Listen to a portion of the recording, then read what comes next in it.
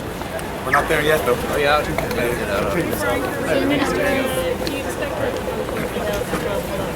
I do, yeah. And, I think everybody in this process felt that we needed to bring it to an end sooner rather than later. It's been 70 days now since people voted for a new government, and we hope to be in a position to put that government together later on today on the back of Taoiseach being elected in a few minutes' time. But let's wait and see. I don't think we should take anything for granted.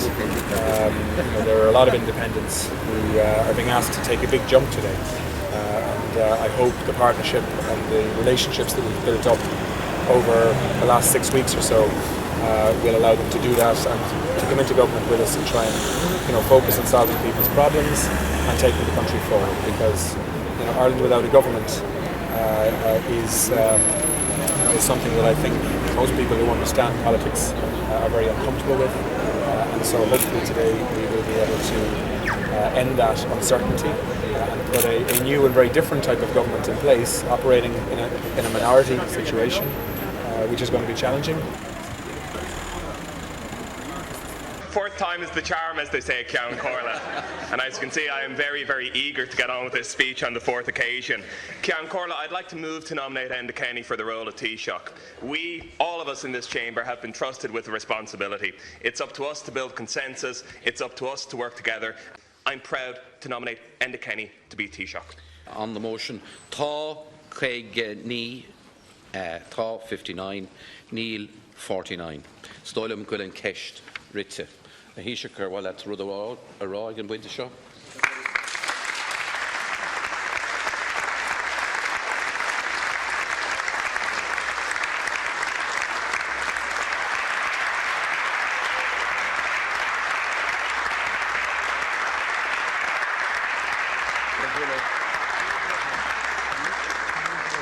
Ceann Comhairle bhla a dús má bhuichas le chuile duine chuile heachta a thug vótagam sa tábhachan seo.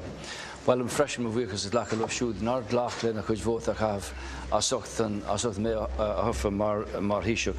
Bhil an bhuichas le leis an teachtarachas an teachtar ní bhrin a socht iad mé a bhalla agus mulla hóit dom. I'm grateful to Ceann Comhairle for the trust that the 32nd Dáil has placed in me to lead the new government as our country leads a new century. The circumstances of today are of course very different from those of 5 years ago, when Ireland was in deep crisis, when our country's very survival as an independent country was in doubt.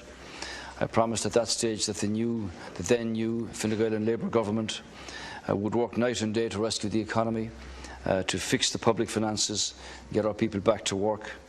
I would like to pay tribute in particular to the members of that government, of the Labour Party, those who are here, for their work during that period, and for those who will be stepping down shortly from their ministerial office. They know what it means, Ceann Comhairle, to act in the national interest, come what may. They know what it means to have to make difficult decisions and to stand over them and to place the needs of the country and our people above all else. I thank them for their service and their support, and I wish them well for the future. While I would contend that we fulfilled our core mandate to move the country back from the edge of an economic cliff, I acknowledge and understand, of course, that very many people have not felt the benefit of a recovering economy in their daily lives. And while 5 years on, Ireland's a better place and a safer place, we face many serious challenges that we know of, both at home and abroad. And if economic survival was the urgent priority of the last government, then using a strong economy to improve the lives, the quality of the lives of our people must and will be the priority of the new government. And that fundamental principle will be the bedrock of our policy programme. Therefore, the government that I lead in these very different circumstances of the 32nd Dáil will be a very different kind of administration, formed in very different, almost unprecedented circumstances. The verdict of the people in the recent general election means that no party or no group has any mandate to instruct, to force, direct or coerce anybody to do anything that they don't want to do, and that therefore we must all work together in the best interests of all our people. It has always been the case that under Bunrath na hÉireann, that the Taoiseach and the government of the day are responsible to Dáil Éireann. That will never be more true than in respect of this 32nd Dáil Ceann over which you preside in terms of the reform of this chamber. The engagements that have taken place over the past 10 weeks between parties, between groups and their affiliates, between the Fine Gael party and the Fianna Fáil party have demonstrated that there are a very significant number of deputies in the House who are willing to try to make the current political configuration work in the interests of our people in the country. In that same spirit of Ceann, I commit myself and the incoming government to work in partnership with the elected members of this House to devise and to implement solutions to the many problems facing our people. And I take the constructive comments from the many comments made by members of the benches opposite here this morning on that. And I will energetically oversee and implement the programme for government that I have agreed with deputies and groups who are part of the new administration. And I will play an active role in implementing comprehensive reform of the Oireachtas, both Dáil Éireann and Seanad Éireann, and in so doing I will discharge my responsibilities as Taoiseach to the very best of my ability, as I have always sought to do. But those responsibilities at Ceann will be shared by every member of Dáil Éireann in a way that they have never been shared or had to be shared before. Everyone will have an opportunity to play a constructive role as we work in partnership together to build a better Ireland. It will be a great test of our democracy, of our character, and indeed of this House. A test that I am convinced that we will pass. Might I say in conclusion, Ceann, this government has much to do. Our country faces many challenges. That was the message. That was the message that the people gave during the election. That was the message that has been repeated by so many of you on so many occasions. The new government has listened to that message, and we will act on that message in an attempt to redress many of the difficult challenges that people face on an everyday basis. This programme that we sets out a vision for a more caring, a more prosperous and a fairer Ireland, and at the heart of that programme for government is a belief in the enormous potential of our people and of our country. And that potential lies within every person, every citizen, whatever their age, whoever they are and wherever they live. The new government will be driven by a firm belief that good politics can help to realise all of that potential in the interests of all our people all over the country. I've been here for many years, as you know, at Ceann. I've seen things that people thought were once impossible have become commonplace and have come to pass. I've seen days here in this chamber filled with hope, and indeed days that were seared with despair. There have been years of difficulties, years of bloodshed, and thankfully years of precious peace. The greatest challenges have been met, and the widest of chasms have been bridged. Recent years saw our sovereignty lost and then our sovereignty regained. The commemoration of the centenary of the Easter Rising has given all of us a moment to reflect with pride on the achievements of those who went before us and the achievements of our independence. And as servants of our democracy, whether in government or in opposition, we now have a new opportunity to help to write the next chapter of the unfolding story of our country. And in doing so, we draw inspiration from that heroic generation who gained Ireland her freedom. Like them, we should never forget the hard-earned lessons of history. And like them, we should never set limits to our ambitions for our people, for the country.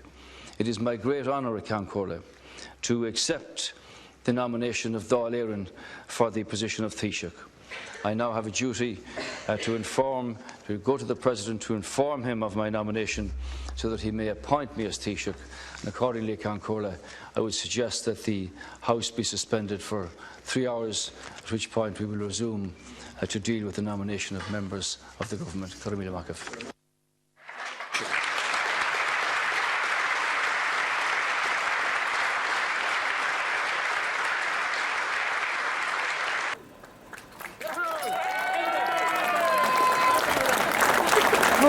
Shake his hand.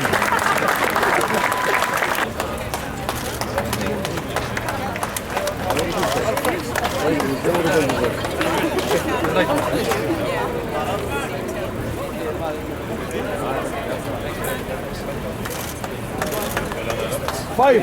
Congratulations, Enda. Thanks, Pete. Don't worry. Sorry, I missed the wedding. It's quite all right. I nearly missed it myself.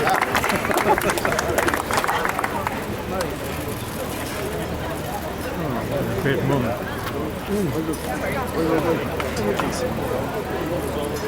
Gotcha!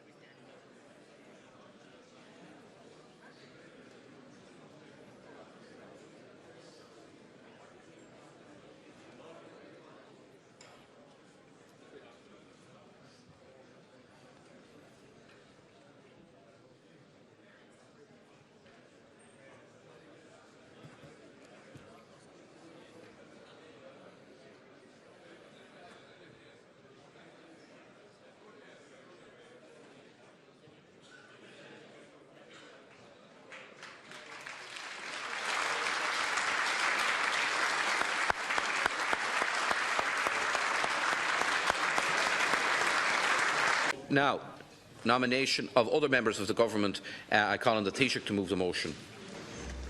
Well, good morning to Cancórla. Well, cheada chur anúil mar ólas an Dail, gur chur me anamnú mar Taoiseach inúil den Uachtarán agus cap sé mé dá réir. I beg leave to announce to Cancórla for the information of the Dail that I've informed the President that the Dail has nominated me to be the Taoiseach and that he has appointed me accordingly. Targi and freshen, go give no Dail éireann leis an Taoiseach d'anamnú na deachtaí seo leanas chun na gapa ag an Uachtarán mar chomhaltaí den rialtas. I move a Cancórla that Dail éireann approve the nomination by the Taoiseach of the following deputies for appointment by the President to be members of the Government. Deputies Francis Fitzgerald, Michael Noonan, Richard Bruton, Simon Coveney, Leo Varadkar, Charles Flanagan, Pascal Donoghue, Heather Humphreys, Simon Harris, Michael Creed, Dennis Naughton, Shane Ross, Mary Mitchell O'Connor, Catherine Sapone. I intend to appoint Deputy Francis Fitzgerald as Taoiseach. They will be assigned Departments of State as follows at Cancórla. Department of Social Protection to Leo Varadkar, Department of Finance to Michael Noonan, Department of Public Expenditure and Reform to Pascal Donoghue, Department of Jobs, Enterprise and Innovation to Mary Mitchell O'Connor, Department of Agriculture, Food and the Marine to Michael Creed, Department of Justice and Equality to Francis Fitzgerald, Department of Children and Youth Affairs to Catherine Sapone, Department of Health to Simon Harris, Department of Foreign Affairs and Trade to Charles Flanagan, Department of Education and Skills to Richard Bruton, Department of Housing, Planning and Local Government to Simon Coveney, Department of Communications, Climate Change and Natural Resources to Dennis Naughton, Department of Transport, Tourism and Sport to Shane Ross, Department of Regional Development, Rural Affairs, Arts and the Gaeltacht to Heather Humphreys, Department of Defence to myself, and I intend to nominate Deputy Paul Keogh as the Minister of State attending government as Minister of State at the Department of the Taoiseach and Defence with special responsibility for the Department of Defence. I propose to nominate Maura Whelan SC for appointment by the President to be the Attorney General. I also propose to nominate Deputy Regina Doherty as Minister of State at the Department of the Taoiseach and Government Chief Whip, and Deputy Finian McGrath as Minister of State attending government and Minister of State at the Departments of Social Protection, Justice and Equality and Health, with special responsibility for disability issues. I wish to inform the House that it is also my intention to restructure the government to align it with the priority objectives of the new government. The Department of the Environment, Community and Local Government will become the new Department of Housing, Planning and Local Government. There will be an action plan for housing and homelessness and a dedicated Cabinet Committee on Housing, which I will chair. Responsibility for the environment, including climate change, will transfer to a new Department of Climate Change, Communications and Natural Resources. There will be a new Department of Regional Development, Rural Affairs, Arts and the Gaeltacht. This will retain all of the functions of the former Department of Arts, Heritage and the Gaeltacht. It will also be assigned responsibility for the rollout of rural broadband and for the development of the post office network. In addition, this new department will be assigned responsibility for the LEADER programme, an expanded town and village renewal scheme and the Tidy Town scheme, the Western Development Commission, the implementation of the report of the Commission on Economic Development of Rural Areas, the Dormant Accounts Fund and social enterprise. There will be an action plan for rural development and a dedicated Cabinet Committee on Regional and Rural Affairs, which I will also chair. This will provide for effective monitoring of delivery and clear coordination in Ceann Comhairle across all policy areas that affect rural Ireland. I stand here today acutely conscious of the honour that has been bestowed upon me by this House, and I want to assure the people of Ireland, the Government and every member of the House that as the current custodian of the office of An Taoiseach, I will use this term to make life better for all our people. The Government is both ambitious and optimistic. In its make-up alone, it is unlike any other established in Ireland since the foundation of the state, comprising members of my own party, members of the Independence Alliance and a number of independent TDs. Its formation process proves that politics is not about power and its attainment. It is rather always that politics is about what is possible, about the possibility of what can be achieved, and achieved not for parties or individuals or sectors, but for the entire country. And that sense of possibility is the touchstone of a partnership government for a fairer Ireland.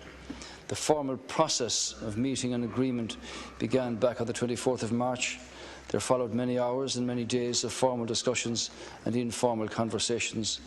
But what was crucial was not only to get it done, but that it be got right. To understand the make-up of the new Dáil and to reflect the new partnership and the new spirit of partnership that was asked of us. I happen to be the longest-serving member of the Dáil and have been through many extraordinary times in this chamber and in this House.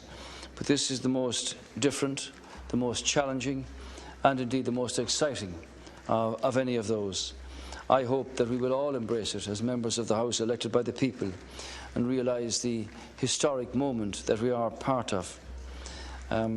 I certainly will. No one in the negotiations suffered from certainty.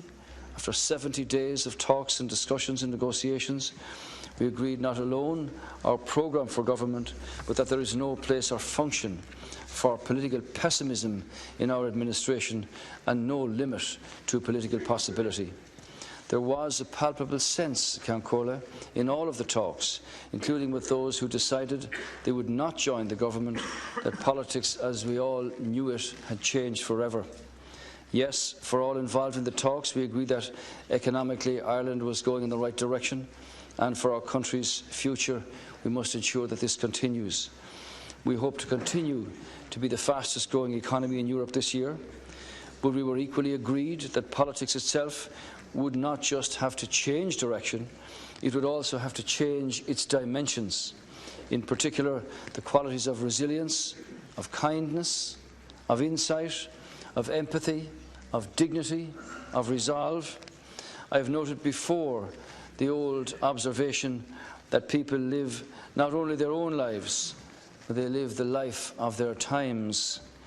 And while on the international stage, the official record of the life of Ireland is one of exceptional growth and recovery, it is in the lived experience, the personal experiences of our people, that the national life is revealed, which is why, with the new government, I am anxious that the national record of the life of this time, be it the surge in tax receipts or the headlines in growth, must be more in tune and aligned with the personal record, which is the lived experience of the people, We must ask, how alive are we willing to be to the experience of all our people and to the opinions of those with whom we differ or even strongly disagree, Ceann. Fianna Fáil knew, as we did, that with the election the traditional rules no longer applied. It was fitting that on the centenary of the Rising of 1916, both parties managed to start to sweep away some of the old ways and find a way to work together. I thank the party opposite for that. I believe the 32nd Dáil will make a new and collaborative approach, not only with the partners of government, but indeed with the partners of the opposition.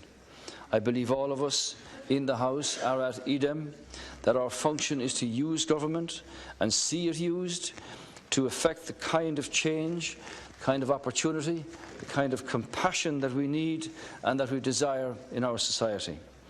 Yes, Ceann, the 32nd Dáil is an unprecedented challenge, but it is equally an unprecedented opportunity. In fact, it is a unique opportunity to begin this very day as a society and as a nation with a government based on an articulated consensus around the issues that really matter to the lived experience of our people. Our country and our people have come through an unprecedented economic crash. Every family in Ireland has been touched in some way or other during the crisis. And for the past 5 years, I and the previous government worked to end that crisis, to exit the international bailout, to help the creation of new jobs, and now the foundations of a growing economy are in place. So while the sense of economic crisis may have passed, we still have a great deal of work ahead of us to ensure that work and opportunity is present for all families across Ireland. Today, Ireland faces other challenges in the areas of housing and of homelessness, in healthcare provision and in providing relief for working families. After the general election and 70 days of intense debate, it is now time for new and immediate action. And one of my immediate priorities is to ensure that the government is fully engaged on the UK referendum on EU membership, now less than 7 weeks away. While this is clearly a matter for the British people themselves to decide, it is of profound importance and consequence both to the EU and to this country. Uniquely for a non-Commonwealth country, Irish citizens living in Britain will have a vote on the 23rd of June. British citizens living here will also have a vote. And of course, the issue of EU membership directly affects voters in Northern Ireland. The UK referendum campaign is now entering a critical phase. It is an important time for everyone on these islands and in Europe, particularly for those people who work in companies who export goods and services to Britain. I intend to make a number of visits to Britain and Northern Ireland over the course of the next 2 months. We'll be asking a number of ministers to visit Britain during our time to reach out to Irish citizens, to engage with friends and the wider business community who have an interest in the British-Irish economic cooperation. And because I believe it's critically important that our voice is heard as Britain's closest neighbour and indeed friend on this issue. I intend to invite members of the opposition, where appropriate, also to attend at particular occasions with Irish communities in Britain and Ceann. We are acutely aware of what has been called a once-in-a-generation decision facing the British people. We are respectful of the sovereignty of that decision. Yet Ireland is the only country that shares a border with the UK, with strong historic, economic and personal ties. We move easily across these islands to do business, to visit family, to celebrate each other's culture. Every week, we trade €1 billion between our two countries in goods and services produced here in Ireland. We are co-guarantors of the peace process in Northern Ireland. We are partners in Europe. We want to ensure that there is no doubt about the Irish government's position and that our message is clearly heard. Prime Minister Cameron kindly phoned me this afternoon. I said that I would do whatever I could usefully do to help in the run-up to the referendum. I will meet the Prime Minister as our schedules permit. British-Irish relations are stronger than ever. The close working relationship and the understanding that Prime Minister Cameron and I have developed will help to build these relations further, and we hope that the UK stays with us in the European Union. Europe, Ireland and the UK will be all the stronger for that. It's important to note, Ceann Comhairle, that were the decision to go the other way, obviously Ireland would still have special relationships with Britain. Ireland would still work in the context of cooperation with Britain from a European point of view, but the unknown quantity would be the reflection of how European Union countries would look at Britain if we were to decide to leave. So while our programme for government is extensive, at its core is one simple objective, and that is to make people's lives better in every part of Ireland.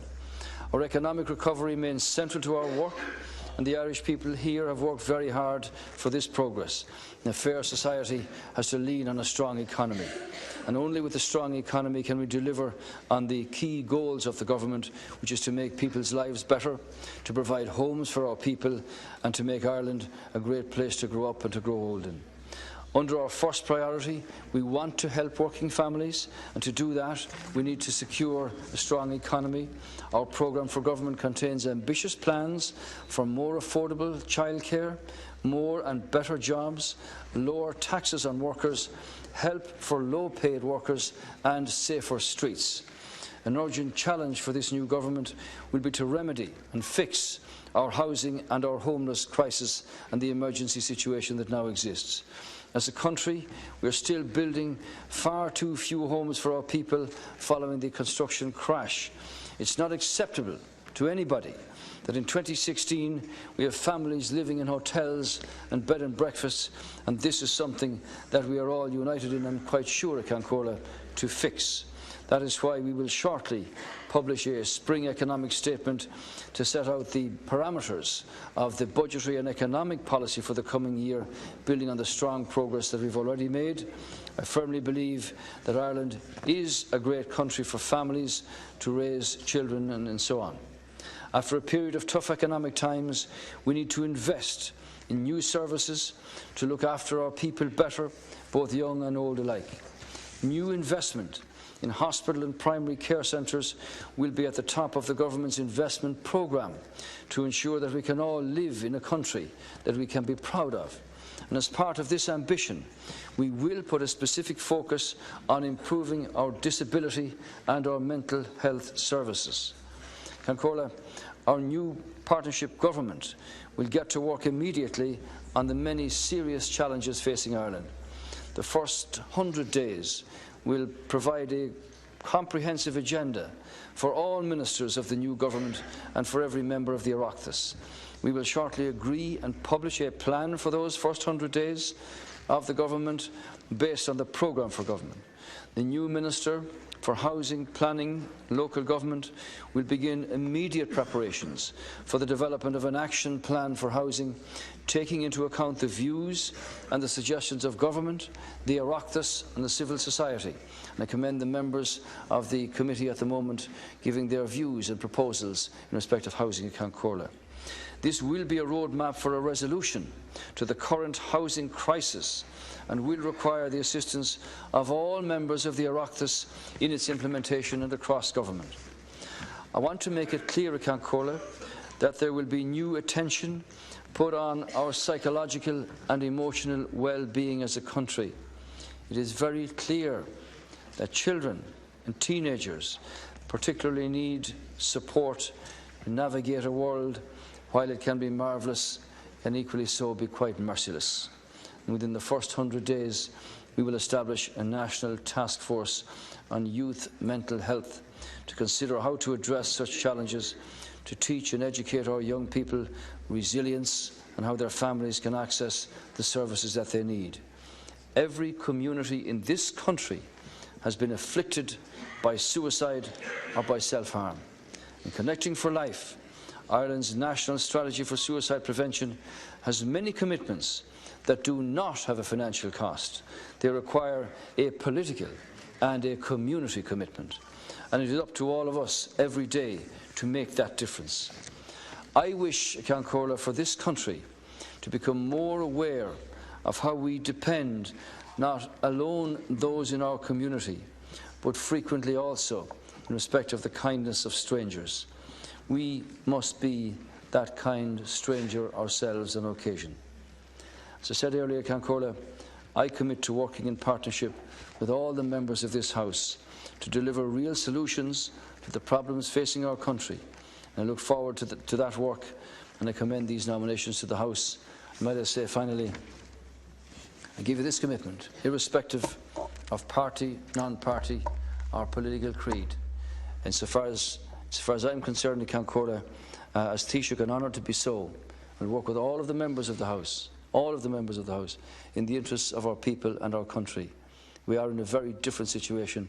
I recognise that, and I hope I can respond in a proper and fitting fashion to the many changes that are required, the many cultural changes, attitudinal changes that are required to bring about a government led by a minority, in a minority situation that will be in the interests of all our people and our country. And I guarantee, and the members of the government will do their utmost individually and collectively to work with everybody here to make this 32nd Dáil one that will leave its mark for the betterment of all our people, to build that fairer society that I speak of.